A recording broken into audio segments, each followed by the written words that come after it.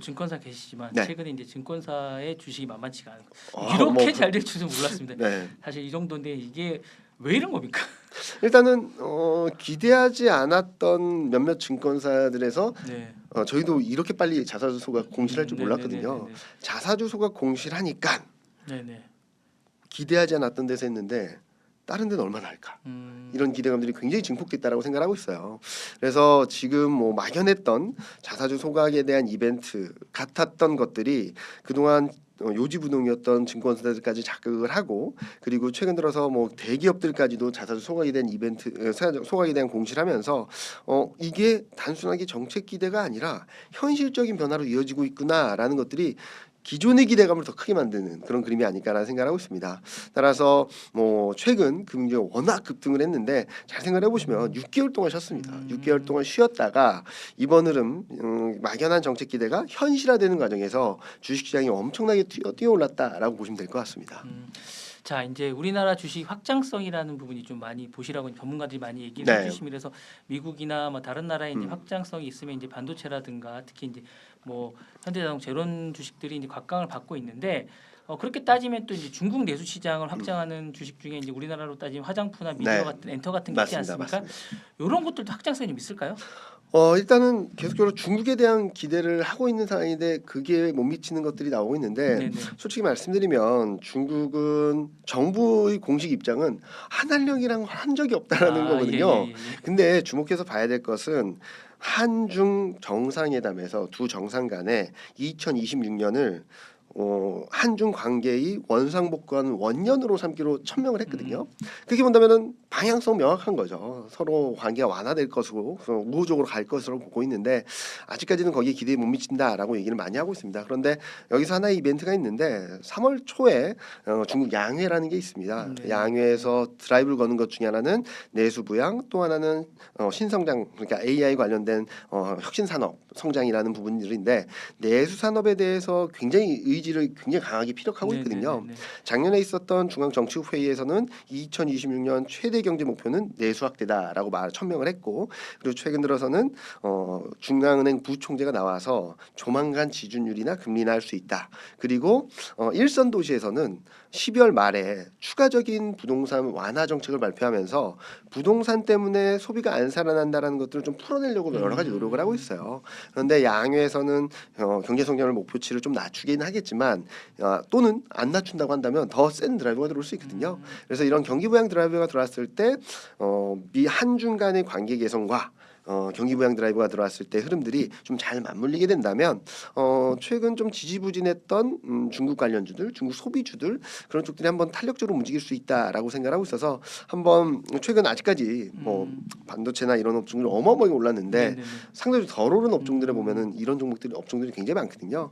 한번 중국 소비 관련주들도 지금은 한번 다시 봐야 될 때가 됐지 않았나라는 예상을 하고 있습니다. 근데 상대적으로 보면 이제 반도체는 경쟁력이 상당히 높다라고 네. 볼 수 있는데 제가 볼 때 화장품이라든가 미디어가 과연 그 정도의 어쨌든 우리 경쟁을 갖고 있는지는 잘 몰라서 제가 이제 일단은 여쭤보면 일단은 말씀드린 거는 화장품 중에서도 그냥 중국에만 올인하는 것보다는 네네네. 이미 잘하고 있는 네네네. 그런 기업들을 좀 봐야 된다는 말씀을 드리고 있고요.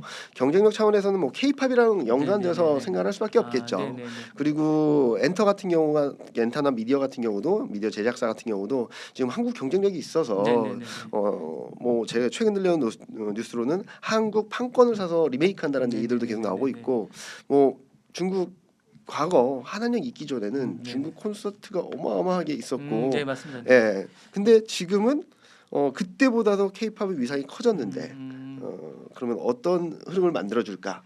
홍콩 콘서트라면 난리가 난다고 하더라고요. 중국에서까지 넘어와 가지고 콘서트에 참여하고 싶어하는 사람 많아서 그런데 만약에 공연이 허가가 되게 된다면 공연을 풀어주게 된다면 엔터 쪽의 흐름들은 좀 바뀌지 않을까라는 기대를 하고 있으니까 그런 변화들을 한번 체크해 보시면 좋겠다라는 말씀드리고 싶습니다.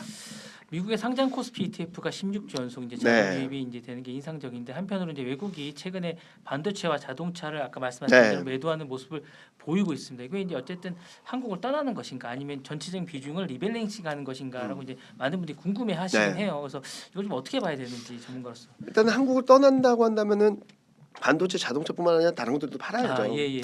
반도체 자동차가 좋은데 왜 파냐? 그걸 본다면 많이 올랐기 때문에 좀 리밸런싱 하는 거라고 생각하고 있고, 반도체 자동차를 파는 대신에 1월 달에는 23개 업종을 샀고요. 네네네. 2월 달에도 14개, 15개 업종을 사고 있습니다. 네네. 그렇게 본다면 많이 오른 것들은 좀 비중을 줄이고, 그러니까 오버웨이 폭이 너무 커지면은 또 다른 네네네. 리스크에 직면할 수 있으니까 오버웨이 폭을 좀 줄이고 너무 언더웨이트 돼 있는 종목들은 좀 사는 네네네네. 그림들이 나타나는 것이지 한국을 떠난다라고는 생각을 하지 않고 있거든요. 음. 만약에 한국을 떠난다면은 반도체 자동차보다 이익이 낮은 애들은 엄청나게 팔아야 되겠죠.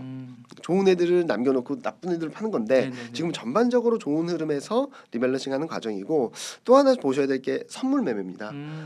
단기적으로 9조 이상 외국인 선물 매도가 좀 출회되긴 했지만 2월 달 들어서 매수 우위를 보여주고 있거든요. 그렇게 본다면은 한국 시장 증시에 대한 비관적 시각보다는 긍정적인 시각 안에서 너무 많이 오른 종목들은 좀 오버웨이 폭을 줄이고 언더웨이트 있는 종목들은 채우는 그런 리밸런싱 과정들을 계속 거치고 있다라고 생각하고 있습니다. 제가 이제 나오시는 전문가분들 다 여쭤보는 건데 만약에 돈이 만약에 한 1,000만 원 있다. 네. 그러면 이제 전문가님 같은 경우에는 하이닉스와 예 이제 뭐 삼성전자와 어떤 거를 먼저 사신다면? 되게 어려운 얘기인데요. 네네네. 저도 뭐 그런 질문 받으면 똑같이 얘기하는데 네. 전 일단 500, 500 넣을 겁니다. 아 500, 500. 예. 예, 이유가 아까 있나요? 외국인 리밸런싱하는 것처럼 네. 서로 앞서거니 뒤서거니 하면서 아. 가거든요. 네네네. 그렇게 봤을 때는 예를 들어서 500, 500 넣는데 전자가 먼저 올라가서 네. 600, 400이 되면 네네. 다시 500, 500을 만들고 네. 그리고 또 600, 400이 되면 500, 500 만들고 그런 식으로 가져가지 그럼 가는 게 현기차를 좋잖아요. 만약에 넣으면 어떻게 됩니까? 그것도 500, 4개로 하면은 세 개로 하면 예. 어떻게 해요? 현대자동차하고 아, 하이닉스와 이제 삼성전자를 넣는다면 그러면은 삼성 전자, 닉스, 44, 2 현차 2 이렇게 가려고 현차가 좀 합니다. 낮은 게 이유가 있나요? 일단은 워낙 반도체가 시장을 끌어가는 아. 힘이 강하고 뭐 현차 같은 경우는 지금 뭐 로봇이나 자율주행이나 이런 모멘텀들이 있긴 하지만 단기적으로 좀 많이 올라왔고 실적에 대한 기대보다는 이런 모멘텀이나 이 업황에 대한 변화에 대한 기대감들이 있어서 믿고 투자할 수 있는 쪽은 좀 반도체가 좀 비중이 높지 않을까라는 생각을 그럼 하고 지금 있습니다. 만약에 이제 주식을 막 많은 사람들이 포모 영상 같은 걸 좀 가지면서 네. 하고 싶어 해요. 네. 뭐 그런 분들은 그냥 편하게 들어가실 거면 반도체 네. 위주로 들어가라. 네. 이렇게 반도체 중심으로 들어가신 게 맞는데 제가 요즘 많이 말씀드리는 것 중에 하나는 정말 많이 물어보세요. 제가 작년부터 계속 사야 된다는 말씀드려 왔는데 네네네. 뭐 코스피 5,800, 5,900 이렇게 네. 넘는 상황에서도 지금 사도 되냐라고 네, 말씀하시는 네. 분들이 많아서 주식 비중이 많으신 분들은 스타일에 따라서 샀다 팔았다 하실 수 있는 분들은 그렇게 하셔도 되지만 매매에 좀 익숙치 않은 네, 시민들은 네. 그냥 들고 가자는 말씀을 드리고 있고 네네네. 지금 새롭게 투자하시고 싶으신 분들은 좀 피라미딩 전략을 가져가면 좋지 않을까라는 생각을 하고 피라미드 있습니다. 전략이고.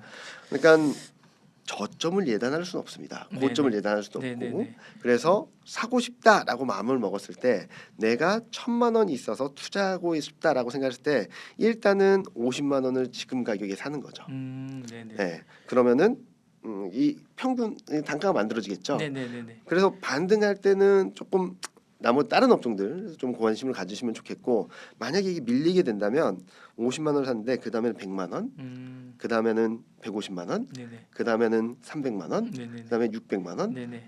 이런 식으로 비중을 채워나가면 좋지 않을까라는 생각을 하고 있거든요. 아, 네네. 그러니까 밀릴 때마다 매수 금액을 더 늘려 나가는 거죠. 피라미드처럼. 그러니까 이제 기본적으로는 우상향한다고 보시는 거네요. 네, 우상향다 보고 있습니다. 그러니까 장투를 하시는데 어쨌든 그렇게 매수를 하시는 게 좋다. 네, 지금 네. 현재 시점에서 이 가격대에서 사세요라고 말하면은 또 치고 올라갈 수도 있겠지만 네네네.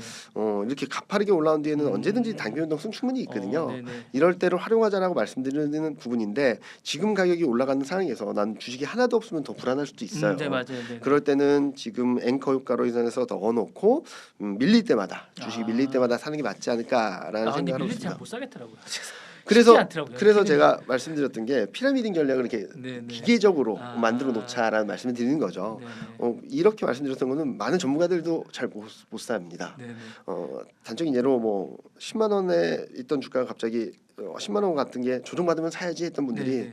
뭐 9만 원이면 사야지 했는데 9만 원 막 가까이 오면 아니야 8만 원에 사야지 그러다가 7만 원에 사야지 하다가 7만 5천 원 찍고 날아가는 경우가 굉장히 많거든요. 네네네.